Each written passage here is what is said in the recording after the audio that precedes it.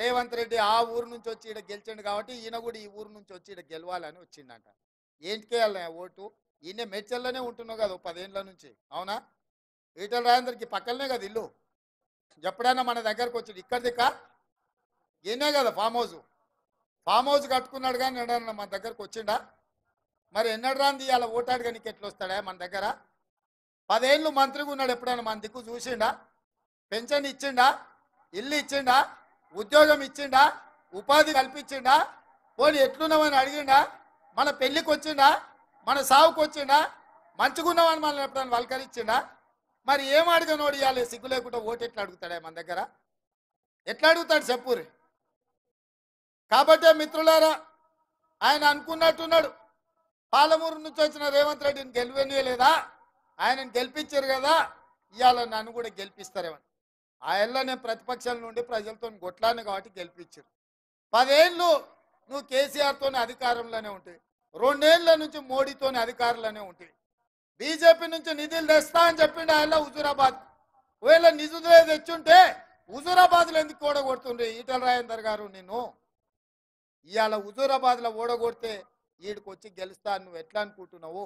అందుకే మిత్రులారా, ఇవాళ మంచి ఆలోచన చేయండి. పార్లమెంట్ ఎన్నికలు వస్తున్నాయి. ఏ విధంగా అయితే రాష్ట్రంలో ప్రజలు మనల్ని ఆశీర్వదించి ప్రభుత్వాన్ని ఇచ్చిండ్రో, రేపు ఈ ప్రాంతంలో మనకు ఎమ్మెల్యేలు లేరు, రేపు ఎంపీలు కూడా లేకపోతే ఏదైనా అభివృద్ధి చేయాలన్నా, మీకు నిధులు ఇవ్వాలన్నా, మీ ప్రాంతానికి ఐటీ కంపెనీలను తేవాలన్నా ఇక్కడ మన వాళ్ళు ఉండాలి, మట్టికి పోయినా ఇంటోడు ఉండాలి. అంటే ఈ ప్రాంతంలో పార్లమెంటు కాంగ్రెస్ పార్టీ గెలవాలి. ఆ ఏళ్ళ 2019లో ఎట్లయితే కష్టపడ్డారో, కొట్లాడినరో, మీరే కట్టబట్టుకొని నిలబడి ఈ మల్కాజ్గిరి పార్లమెంట్లో కాంగ్రెస్ పార్టీని గెలిపించాలి. అప్పుడే ఈ ప్రాంతం అభివృద్ధి చెందుతుంది.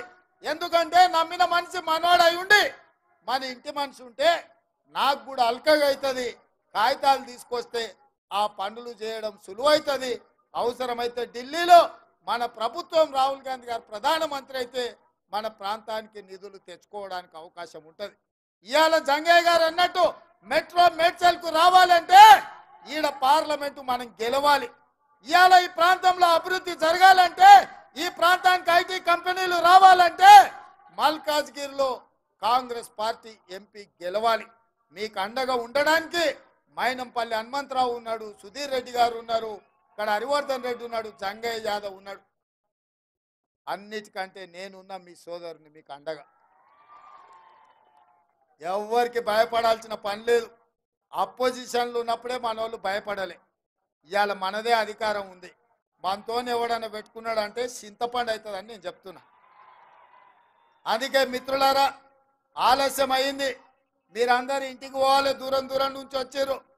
6 5 రావాల్సింది ఇవాళ 8 8:30 అవుతున్నట్టుంది. ఇంతసేపు ఓపికగా ఉండి కాంగ్రెస్ పార్టీని గెలిపించడానికి ఆశీర్వాదానికి మీరు వచ్చిండ్రు. 4 5 రోజుల్లో 13 తారీఖు 14 తారీఖు